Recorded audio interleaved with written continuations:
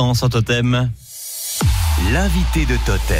La simplification administrative, sortir de l'enfer bureaucratique français.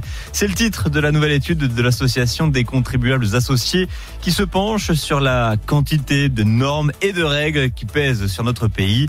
Des obligations réglementaires qui entravent les entreprises et les ménages et qui entraînent des lenteurs et des coûts. Alors aujourd'hui, Olivier Camas, vous voyez avec l'économiste Sébastien Lai qui a conduit cette étude.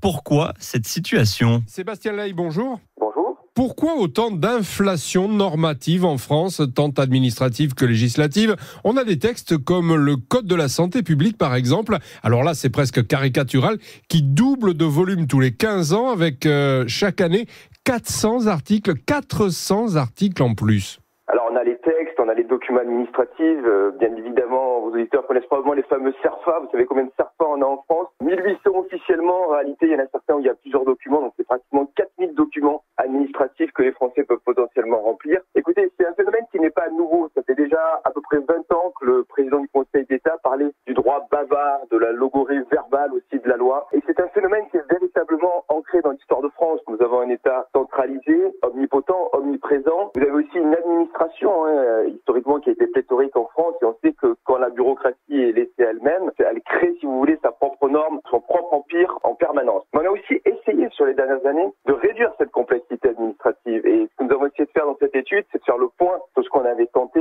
et pour l'instant on a très peu de résultats. Le résultat tangible qu'on a, c'est le début de dématérialisation. Si vous prenez par exemple vos impôts, eh bien évidemment on a réussi à faire disparaître le papier, mais en termes de complexité administrative, quand on interroge les Français, quand on interroge surtout les petits entrepreneurs, les petites entreprises aussi, et on s'aperçoit qu'il y a un véritable ras-le-bol. Et d'ailleurs, dans les dernières crises populaires, crise des gilets jaunes, crise agricole, cette question de la norme, de l'inflation de la norme, elle est ressortie à chaque fois. Et cette complexité administrative engendre de la lenteur, de la grogne, vous citiez les gilets jaunes, des surcoûts. Un rapport sénatorial chiffrait en 2017 à 3% du PIB ce surcoût pour les seules entreprises. Alors, c'est un coût global estimé, on va dire, pour le PIB français, pour l'économie française, d'environ 4% du PIB, donc on est autour de 80 milliards d'euros. Ce qu'il faut bien voir, c'est que derrière ce chiffre de 80 milliards d'euros, il y a les entreprises, il y a les citoyens eux-mêmes, parce que pour vous, pour moi, c'est un coût d'opportunité, une perte de temps. Donc ce sont des moments où on ne se livre pas nous-mêmes à des activités économiques parce qu'on perd du temps peut-être avec la paperasse. Et puis, dernier sujet, l'administration elle-même. On parle de réduire la dépense publique. On pourrait réduire la dépense publique d'au moins 10 milliards d'euros si on était mieux organisé dans les processus et si on avait moins de complexité. Mais alors, la simplification administrative, c'est quand même un très vieux serpent de mer. On en parle depuis toujours. Et pourquoi ça ne marche jamais ? Alors tout simplement parce qu'on n'a pas fait ce qui a été fait par les autres pays et par nos voisins. Dans l'étude, on donne des exemples. Parfois lointains, le Canada avait réussi à le faire avec le Premier ministre Chrétien, Trump en 2016, mais plus près de nous, l'Allemagne, les Pays-Bas ont réussi à réduire leur stock normatif de 15-20%. Encore une fois, chez nous, deux problèmes, je pense. D'abord, vous avez cet État omniprésent, donc tant qu'on ne se pose pas la question du rôle de l'État, ça sera compliqué d'aller simplifier derrière. Deuxième sujet, je pense qu'on a pris le problème complètement à l'envers, parce que ce qu'on essaie de faire en France, c'est de partir du terrain et de solutionner